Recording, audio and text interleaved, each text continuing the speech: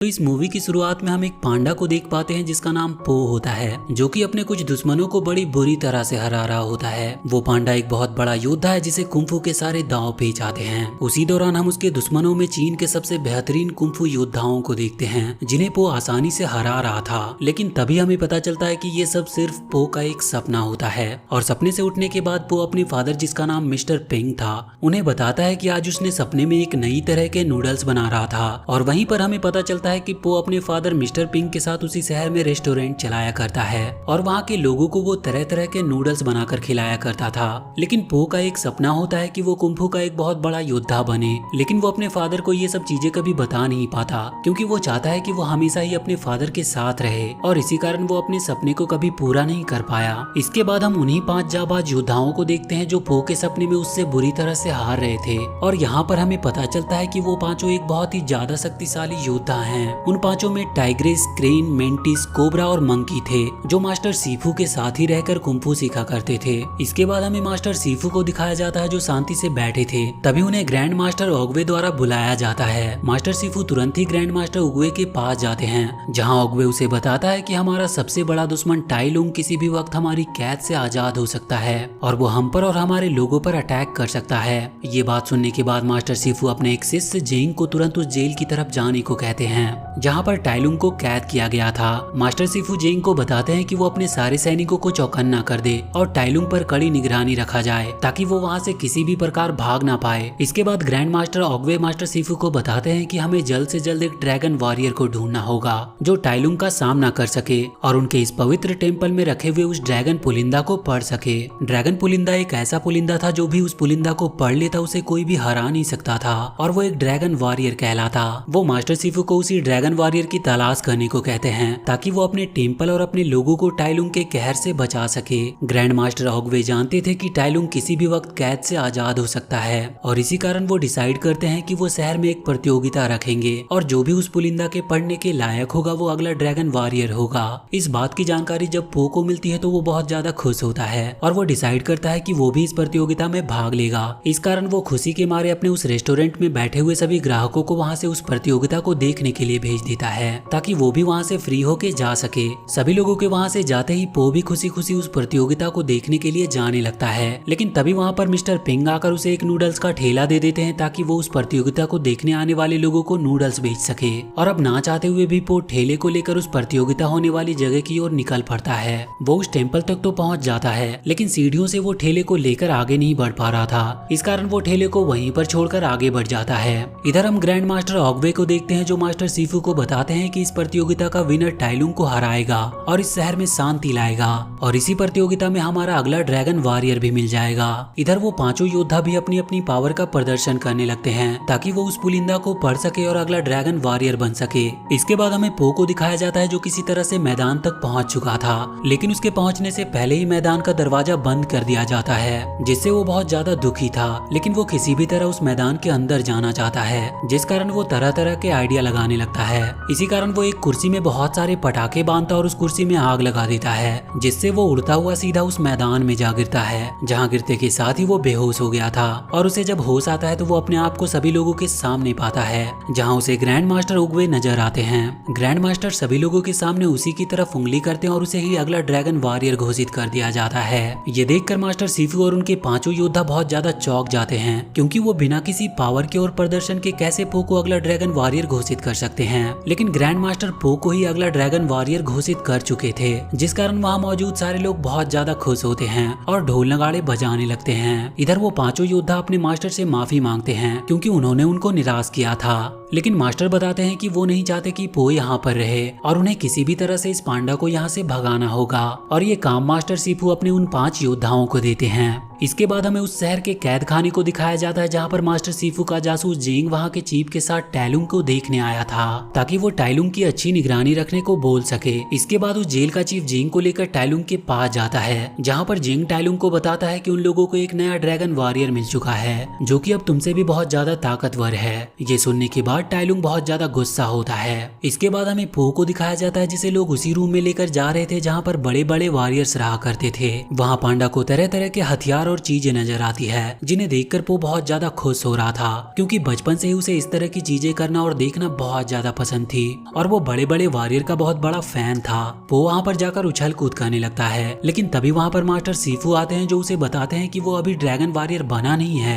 जब तक कि वो उस पुलिंदे को पढ़ नहीं लेता। मास्टर सीफू से डिमोटिवेट करते हैं ताकि वो वहाँ से चला जाए। मास्टर सीफू की सारी बातें सुनने के बाद पो बहुत ज्यादा नाराज होता है, जिस कारण वो मास्टर सीफू से भला बुरा कहने लगता है। तभी मास्टर सीफू अपनी छोटी उंगली की पावर उसे दिखाकर डराने लगते हैं, जिस कारण पो बुरी तरह से डर जाता है, क्योंकि छोटी उंगली की पावर एक मास्टर की बहुत ही ज्यादा पावरफुल ट्रिक थी। इसके बाद मास्टर सीफू पो को उसकी पावर दिखाने के लिए उसी रूम में ले जाते हैं जहाँ पर ट्रेनिंग हुआ करती थी। यहाँ पर हम उन 5 योद्धाओं को भी देख पाते हैं जो अपनी अपनी ट्रेनिंग कर रहे थे। पो को भी मास्टर सीफू अपनी पावर दिखाने को कहते हैं। पो अपनी पावर दिखाने लगता है, लेकिन इसमें वो बुरी तरह से घायल होकर वहीं पर गिर जाता है। ये देखकर मास्टर सीफू को लगता है कि शायद उन्हें अभी उनका ड्रैगन वॉरियर मिला नहीं है, क्योंकि पो तो बहुत ही ज्यादा आलसी है। इसके बाद ट्रेनिंग खत्म करने के बाद सभी लोग सोने के लिए चले जाते हैं, जहाँ रास्ते में सारे लोग पो को वहाँ से भगाने के लिए खरी खोटी सुना रहे थे।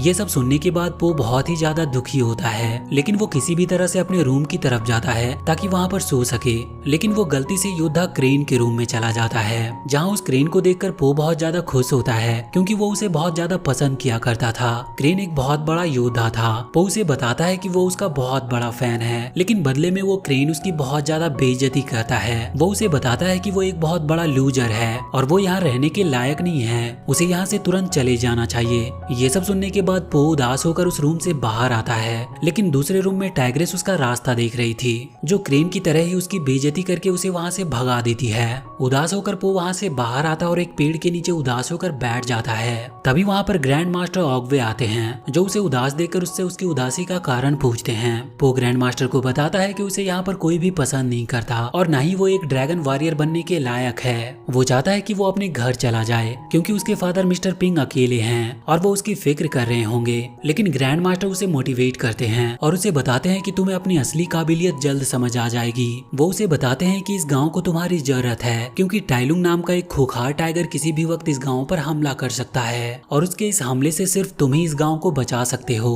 इसके बाद हम टाइलुंग को देखते हैं, जो जंजीरों से बंधा हुआ था, लेकिन किसी तरह से वो अपने भारी भरकम पहने कवच को खोल लेता है और वो वहाँ से आजाद होने की फिराक में था। तभी उसे वहाँ का सिक्योरिटी चीफ देख लेता है, जिस कारण वहाँ की और ज्यादा सुरक्षा बढ़ा दी जाती है। लेकिन टाइलुंग वहाँ से भागने की कोशिश करता है तो चीफ अपने सैनिकों से उस पर अटैक करने को कहता है, जिस दौरान टाइलुंग के ऊपर बहुत सारे तीर से हमले किए जाते हैं और एक तीर उसकी जंजीरों में जाकर लगता है, जिस कारण उसकी जंजीर खुल जाती है। और जब टाइलुंग आजाद हो जाता है तो उसे आजाद होता हुआ देखकर वहाँ मौजूद सारे सैनिक बुरी तरह से डर जाते हैं, क्योंकि टाइलुंग बहुत बड़ा योद्धा था, जिसके सामने कितने बड़े बड़े योद्धा भी टिक नहीं पाए। लेकिन किसी तरह चीफ अपने सैनिकों के साथ मिलकर उसका सामना करता है। लेकिन टाइलुंग जो बहुत ही क्रूर था, वो एक एक करके वहाँ मौजूद सारे सैनिकों को खत्म करते हुए आगे बढ़ रहा था। ये सब देखकर चीफ वहाँ पर लगे हुए बड़े बड़े पत्थरों पर बम मारता है ताकि वो टाइलुंग को रोक सके। लेकिन टाइलुंग उन पत्थरों पर चढ़ते हुए चीफ और उसके बचे हुए सैनिकों की तरफ आगे बढ़ता है और वो उन्हीं बम से उन सारे सैनिकों और चीफ को खत्म कर देता है। जिसके बाद वो वहाँ पर मौजूद जेंग को कहता है कि मास्टर सीफू को बता दे कि टाइलुंग आजाद हो चुका है और वो गाँव में रहने वाले सभी लोगों को एक एक करके खत्म कर देगा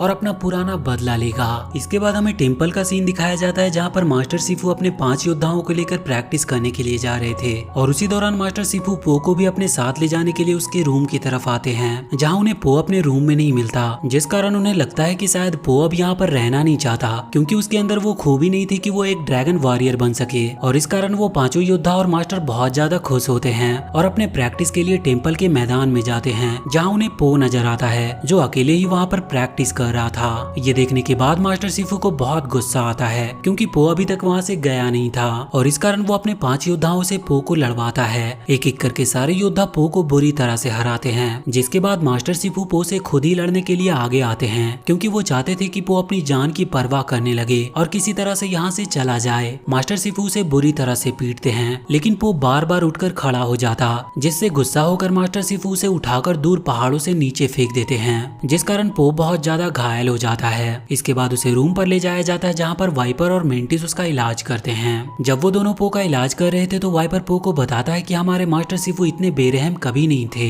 और वो लोगों को इस तरह से कभी नहीं मारते, वो तो एक बहुत ही रहम दिल हुआ करते थे। तभी हम वहाँ पर टाइग्रेस को देखते हैं जो पो को बताती है कि मास्टर शिफू बहुत अच्छे हैं और वो हमेशा लोगों के बारे में ही सोचा करते थे, लेकिन वो अभी बहुत ही ज्यादा गुस्से में और पत्थर दिल बन चुके हैं और इसका कारण है टाइलुंग। टाइग्रेस मास्टर शिफू और टाइलुंग के बारे में पो को बताती है। वो बताती है कि टाइलुंग जब छोटा था तो उसे किसी ने टेम्पल के बाहर छोड़कर चला गया था, जिसके बाद मास्टर शिफू ने उसे बचपन से पाल पोस कर बड़ा किया और एक पिता की तरह उसका ख्याल रखा और उसे कुंफू की ट्रेनिंग भी दी ताकि वो एक बहुत बड़ा योद्धा बन सके। और जब टेम्पल के ड्रैगन वॉरियर चुनने की बारी आई तो टाइलुंग का बहुत मन था कि वो इस टेम्पल का ड्रैगन वॉरियर बने, लेकिन ग्रैंड मास्टर ऑगवे नहीं चाहते थे कि वो ड्रैगन वॉरियर बने, क्योंकि ग्रैंड मास्टर एक पारदर्शी थे जो लोगों को बिना जाने ही पहचान लेते थे कि उनके अंदर क्या चल रहा है। इस कारण ग्रैंड मास्टर ने टाइलुंग के अंदर कुछ बुराइयां देखी और उन्होंने उसे ड्रैगन वॉरियर नहीं बनाया और इसी से गुस्सा होकर टाइलुंग ने बगावत कर दी और उसने टेम्पल में मौजूद कई लोगों को बुरी तरह से पीटा। उस दौरान मास्टर शिफू को भी टाइलुंग ने मारा था। मास्टर शिफू को टाइलुंग ने बहुत निराश किया था क्योंकि वो हमेशा से उसे एक बेटे की तरह मानते थे, लेकिन इस दौरान ग्रैंड मास्टर ऑगवे ने अपनी पावर से किसी तरह टाइलुंग को कैद कर लिया और तब से लेकर आज तक टाइलुंग वहीं पर कैद है और यही कारण है कि मास्टर शिफू अब किसी को भी कुंफू सिखाते नहीं हैं। इसके बाद हम मास्टर शिफू को देखते हैं जिसके पास जेंग आता है जो उसे बताता है कि टाइलुंग उनकी कैद से आजाद हो चुका है और वो बहुत जल्द हमारे टेम्पल को खत्म करने के लिए आने वाला है। मास्टर शिफू ये सुनकर बहुत ज्यादा डर जाते हैं और भागते हुए सीधा ग्रैंड मास्टर ऑगवे के पास पहुंचते हैं जहां वो उन्हें सारी बात बताते हैं। ये सुनने के बाद ग्रैंड मास्टर ऑगवे उसे बताते हैं कि टेम्पल और टेम्पल के आसपास रहने वाले लोगों को सिर्फ पो ही बचा सकता है, जिसके लिए मास्टर शिफू को उसे ट्रेनिंग देनी होगी। ग्रैंड मास्टर उसे बताते हैं कि वो दिन आ गया है कि अब टेम्पल को एक नया ड्रैगन वॉरियर मिले और इसमें पो की मदद सिर्फ मास्टर शिफू ही कर सकते थे। ग्रैंड मास्टर अपनी जादुई छड़ी शिफू को देकर वहाँ से गायब हो जाते हैं। इसके बाद हमें पो को दिखाया जाता है जो पांचों योद्धा के साथ एक दोस्त की तरह डाइनिंग टेबल पर खाना खा रहा था। पो उन लोगों को अपने होटल की तरह तरह की रेसिपी से नूडल बनाकर खिला रहा होता है। इस दौरान पो मास्टर शिफू की भी नकल कर रहा था, जिसे देखकर पांचों योद्धा बहुत ज्यादा हंस रहे थे। तभी वहाँ पर मास्टर शिफू आते हैं जो वहाँ पर मौजूद सभी को बताते हैं कि टाइलुंग आजाद हो चुका है और वो किसी भी वक्त टेम्पल पर हमला कर सकता है और इस हमले से हमें सिर्फ पो ही बचा सकता है। मास्टर शिफू बताते हैं कि वो पो को ट्रेनिंग देंगे, लेकिन अब पो वहाँ पर रहना नहीं चाहता था क्योंकि वो इस काबिल नहीं था कि वो टेम्पल और वहाँ के रहने वाले लोगों की रक्षा कर सके और उसे वहाँ पर बिल्कुल भी अच्छा नहीं लग रहा था और इसी कारण अब वो अपने घर जाना चाहता था। लेकिन मास्टर उसे किसी तरह से रोकने की कोशिश करते हैं पर पो वहाँ से अपना सामान उठाकर जाने लगता और कहता है कि मैं तुम्हें कब से मना रहा था कि आप मुझे ट्रेनिंग दे, लेकिन उन्होंने उस पर ध्यान नहीं दिया। उसी रात मास्टर शिफू देखते हैं कि पो खाने के लालच में उस रूम की हालत तहस नहस कर रहा है और इधर उधर उछल कूद कर रहा था। दरअसल पो मंकी के छिपाए गए हुए बिस्किट ढूंढ रहा होता है। तभी वहाँ पर मास्टर शिफू आते हैं और उसे बताते हैं कि मंकी अपनी बिस्किट हमेशा ऊपर रखा करता है और ऐसा कहकर वो वहीं के दरवाजे के पीछे छुप जाते हैं। पो को लगता है कि शायद मास्टर शिफू वहाँ से जा चुके हैं, इसी कारण वो मंकी के रखे गए बिस्किट निकालकर खाने लगता है। तभी वहाँ पर मास्टर शिफू आते हैं और उसे इस तरह ऊपर चढ़ा हुआ देखकर समझ जाते हैं कि पो बहुत ज्यादा काबिल है और वो एक ड्रैगन वॉरियर भी बन सकता है, लेकिन उसे पता नहीं है कि उसमें कितनी पावर है, उसे सिर्फ खाने के बारे में ही पता है। लेकिन मास्टर शिफू किसी भी तरह उसके इस लालच को देखकर तय करते हैं कि वो उसे ट्रेनिंग देंगे और इसी लालच के जरिए वो उसे एक ड्रैगन वॉरियर बनाएंगे। इसके बाद सभी योद्धा को अपने टेम्पल और वहाँ के रहने वाले लोगों की फिक्र होने लगती है, इस कारण वो टाइलुंग से लड़ने के लिए वहाँ से चले जाते हैं। इधर हम मास्टर शिफू को देखते हैं जो पांडा को ट्रेनिंग दे रहे थे। इस दौरान मास्टर शिफू पो को खाने का लालच देकर उसे तरह तरह के दांव पेच सिखा रहे थे और पो भी बहुत अच्छे से खाने के लालच में मास्टर शिफू से ट्रेनिंग ले रहा होता है। इसके बाद हम 5 योद्धाओं को देखते हैं जो टाइलुंग से लड़ने के लिए आगे बढ़ रहे थे।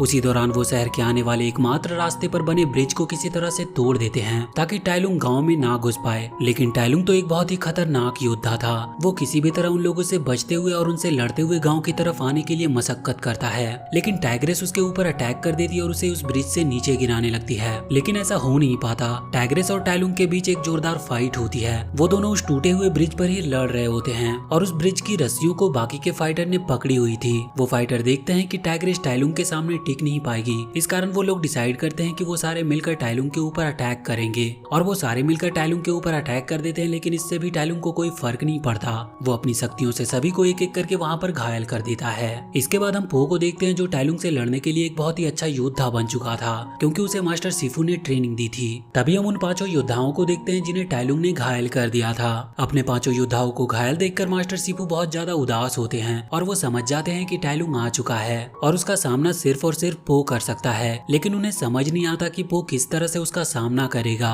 क्योंकि उसके सामने पड़े हुए 5 योद्धा तो पो से भी बेहतर थे। इसके बाद हम पो को देखते हैं जो उन 5 योद्धाओं की हालत को देखकर बहुत ज्यादा डरा हुआ था और उसे टाइलुंग से बहुत ज्यादा डर लग रहा था, क्योंकि वो जानता था कि ये 5 योद्धा कितने ज्यादा ताकतवर थे।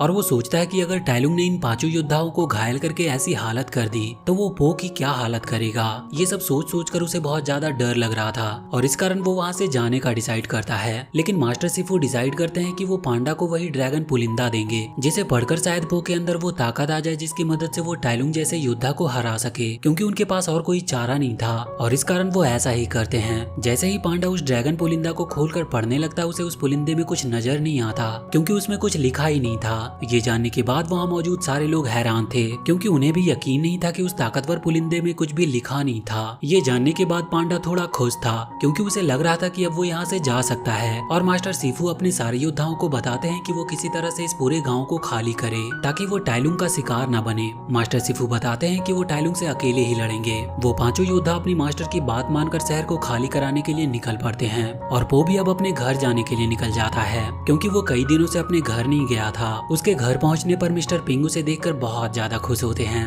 यहाँ पर मिस्टर पिंग अपने बेटे पांडा को बताते हैं कि मैं जो रेसिपी से नूडल बनाकर अपने ग्राहकों को खिलाता हूँ वो कोई स्पेशल रेसिपी नहीं है, वो तो सिर्फ उन्हें विश्वास दिलाता है कि उसने इस नूडल के अंदर एक स्पेशल रेसिपी डाली है और लोग उसके ऊपर यकीन कर लेते हैं। अपने फादर की बातें सुनने के बाद पो को उनकी बातों से कुछ याद आता है और उसे ग्रैंड मास्टर ऑगवे की बात याद आती है, जिन्होंने पो से कहा था कि उसे सिर्फ अपने ऊपर यकीन करना है और यही एक रास्ता था जिससे वो अपने ड्रैगन वॉरियर के अवतार में आ सकता था। ये सब कुछ जानने के बाद पो एक बार फिर से उस ड्रैगन पुलिंदा को खोलकर पढ़ने लगता है, जिसमें उसे अपना चेहरा नजर आता है और वो उस पुलिंदे में अपने चेहरे को बहुत ही ज्यादा कॉन्फिडेंस से भरा हुआ पाता है और उसे समझ में आ जाता है कि असली ताकत तो उसके अंदर छिपी हुई है, उसे बस अपने आप पर भरोसा करना होगा। और वो वहीं पे डिसाइड करता है कि वो मास्टर सिफू की मदद करने के लिए वापस गांव की तरफ जाएगा, ताकि वो एक सच्चा ड्रैगन वॉरियर की तरह टाइलुंग का मुकाबला कर सके। इधर हम टाइलुंग को देखते हैं जो उस गांव की तरफ आ चुका था, जहां उसे मास्टर सिफू मिलते हैं। टाइलुंग उसके पास आकर उन्हें बताता है कि मास्टर ने उसके साथ बहुत बुरा किया था।